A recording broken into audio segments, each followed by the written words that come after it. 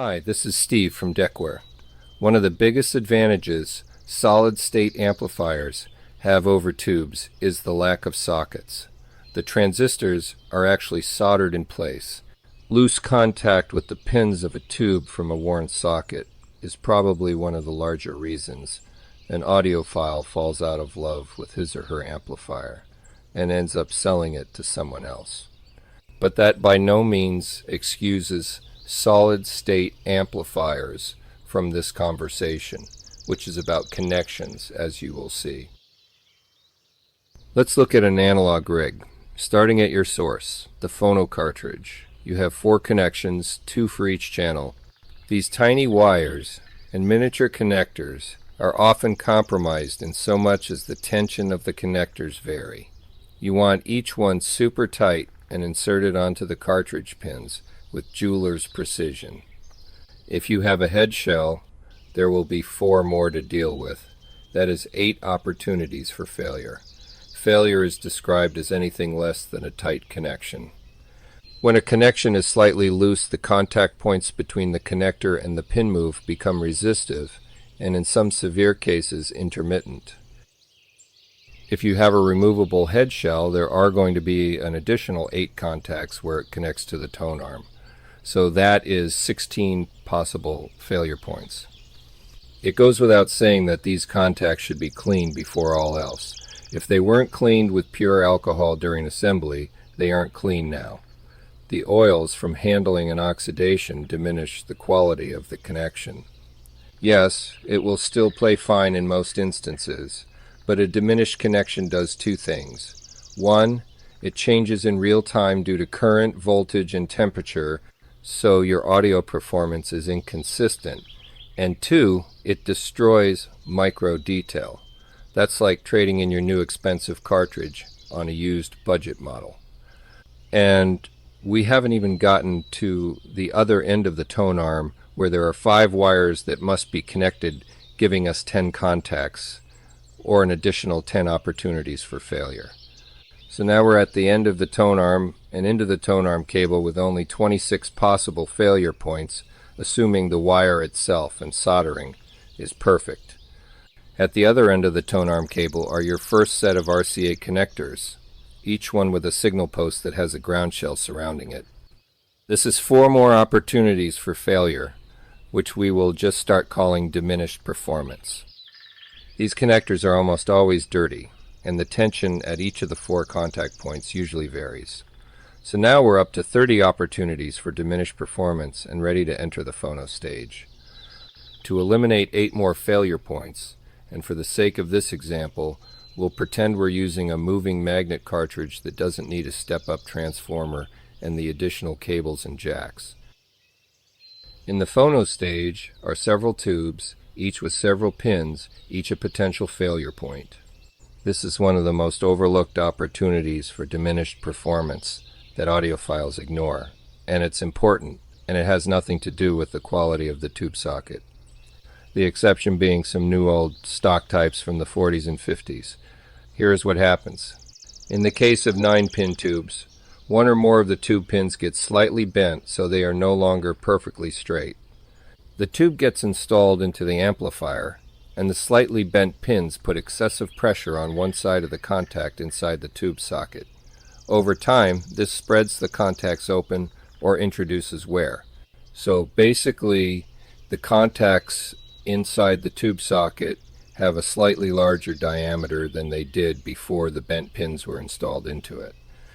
This could be 1 pin or several pins. As long as you continue to use the same tube, it's not a problem. But when you install a new tube with perfectly straight pins, the enlarged contacts inside the socket now make poor contact with those tube pins.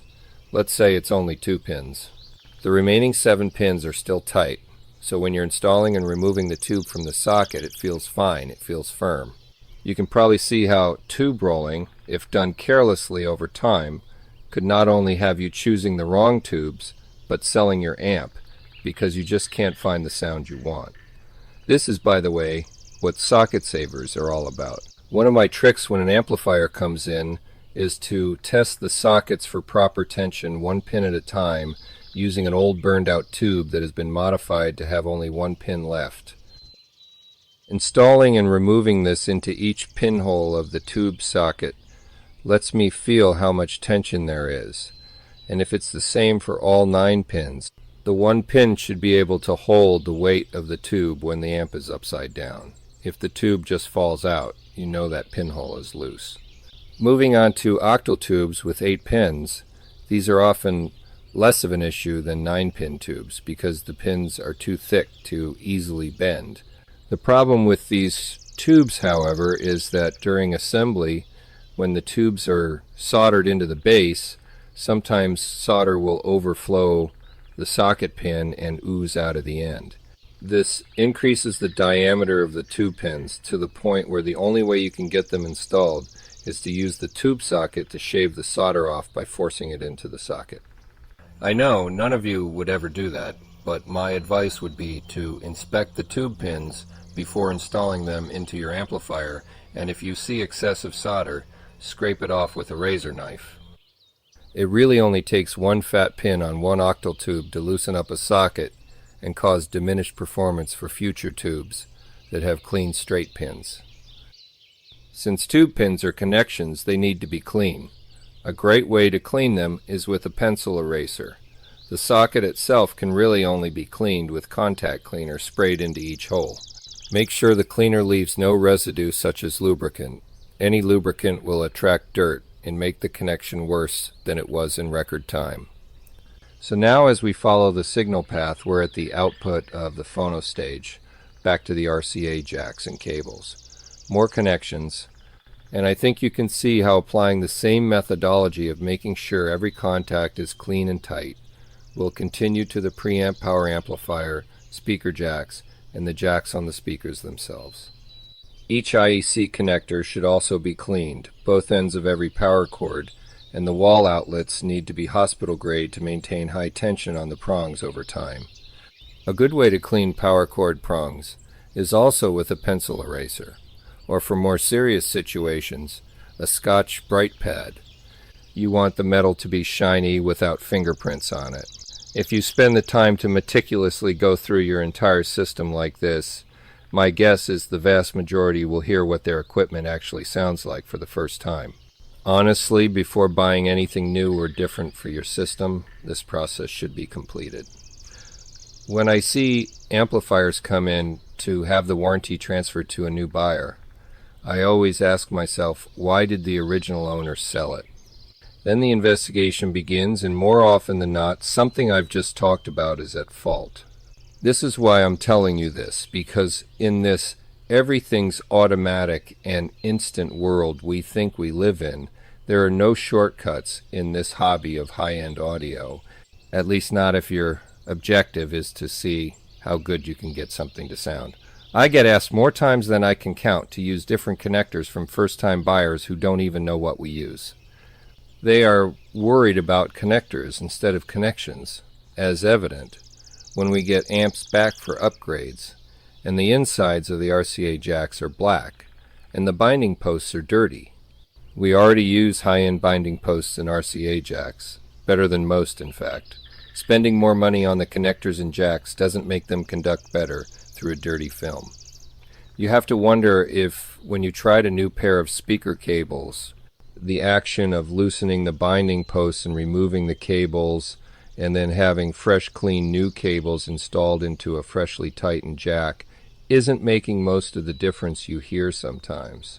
There is a great amount of potential in every system by eliminating poor or dirty connections in the chain. If you watch my video on the weakest link, you need to understand that while that video kept it focused on components, any one of the dozens of connections can become that weak link, superseding a component and easily fooling you into thinking you need even better components. Anyway, have a great day and happy listening.